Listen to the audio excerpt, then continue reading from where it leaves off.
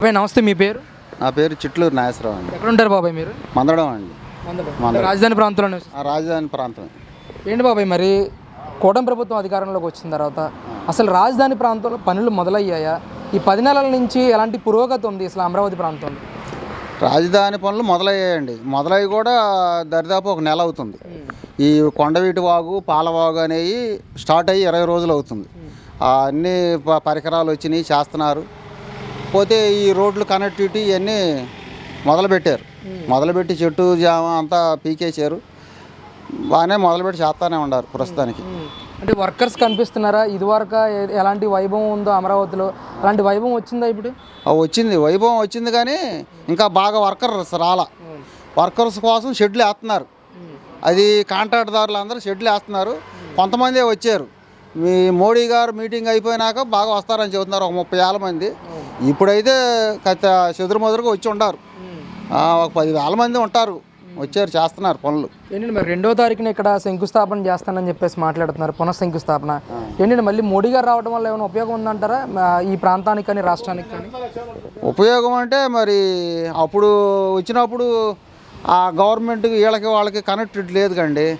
ఇప్పుడైతే కూటమి ప్రభుత్వం వాళ్ళు టైఅప్లో ఉన్నారు కదా.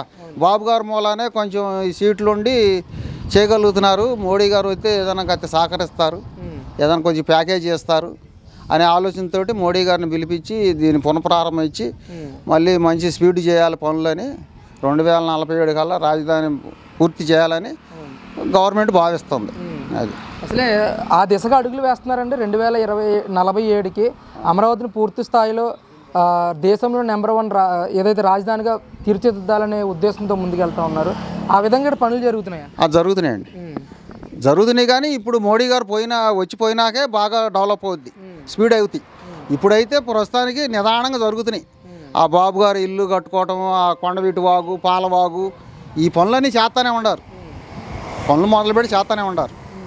మరి వచ్చేటువంటి కార్మికులకి రేగుల షెడ్లు ఇలాంటివి వేస్తున్నారు, పనులు మొదలుపెట్టారు. అంటే ఒకవైపు మళ్ళీ అమరావతి పేరుతో చంద్రబాబు నాయుడు అప్పులు చేస్తున్నాడని, ప్రజల్ని మళ్ళీ మభ్యపెడుతున్నాడు, మోసం చేస్తున్నాడు అని చెప్పేసి పెద్ద ఎత్తున ప్రచారం చేస్తున్నారు. ఈ ప్రచారం నమ్ముతారా మీరు రాజధాని రైతుగా? నమ్మవండి. ఇప్పుడు అప్పులు చేయకుండా ఏమీ చేయకుండా ఆడ నుంచి వస్తాయండి, ఏదో ఒకటి చేయాలి కదా. అప్పులు చేయాలంటే మరి ఇక్కడ ఇప్పుడు పరిశ్రమలు రావాలి. ఆ పరిశ్రమలకు వచ్చేటువంటి వాళ్ళకి భూములు ఇవ్వాలి. ఆ భూముల ద్వారా వచ్చే ఇన్కమ్ బట్టి మరి లైన్ చేయాలనే కదా చేస్తుంది బాబు గారు. అది మరి మేమని అట్లా భావిస్తున్నాం. అది మరి అంటే 2015లో ఇక్కడ శంకుస్థాపన జరిగింది రాజధానికి సంబంధించి.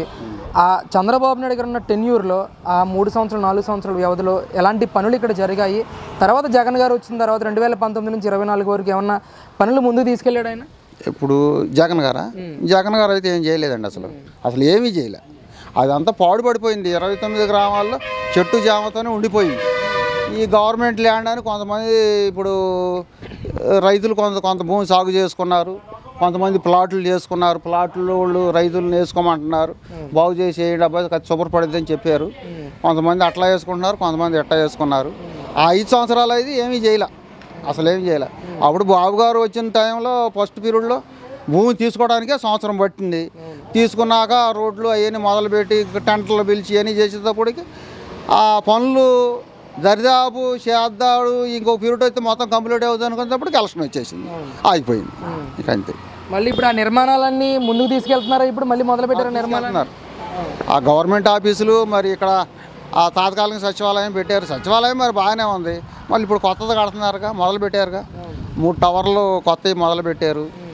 మరి హైకోర్టు ఒకటి, అవన్నీ మరి టెండర్లు పిలిచారు. 4,000 కోట్లు ఒకటి, 2,000 కోట్లు ఒకటి అట్లా పిలిచారు. టెండర్లు పిలిచారు, పాడారు, పనులు మొదలు పెట్టారు. అంటే బాబాయ్ ఇక్కడ ఎక్కువ డబ్బులు ఇచ్చేసి చంద్రబాబు నాయుడు తన బినామీలు మేపుతున్నాడు అమరావతిలో అని చెప్పేసి కూడా పెద్ద ఎత్తున ఆరోపణలు చేస్తున్నారు. దీనిపై మీ అభిప్రాయం ఏంటి బాబాయ్? అసలు బినామీలు అంటే మాకు ఎట్లా తెలిసిందండి? వాళ్ళు ఎవరో ఏదో మాకు తెలియదు కదా. బినామీలు అంటే మరి ఆ బాబు గారు స్థాయి వాళ్ళు, లేకపోతే ఎమ్మెల్యేలు, ఎంపీలు ఎవరైనా కొనుక్కున్నారు, మాకైతే తెలియదు కదా. అంటే పారదర్శకంగానే ఇక్కడ చంద్రబాబు నిర్మాణాలన్నీ చేపడుతున్నారని మీరు అనుకుంటున్నారు? అనుకుంటున్నాం. పారదర్శకంగానే మన నిర్మాణాలు జరుగుతున్నాయి.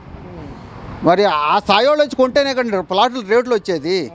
పెద్దోళ్ళు వచ్చేనే కదా ఇప్పుడు గజం 70,000 60,000 బాబు గారు ఇల్లు మొదలు పెడితేనే 70,000 అంటున్నారు. ఆ ప్రాంతంలో అసలు ప్లాట్లు ఇవ్వట్లా.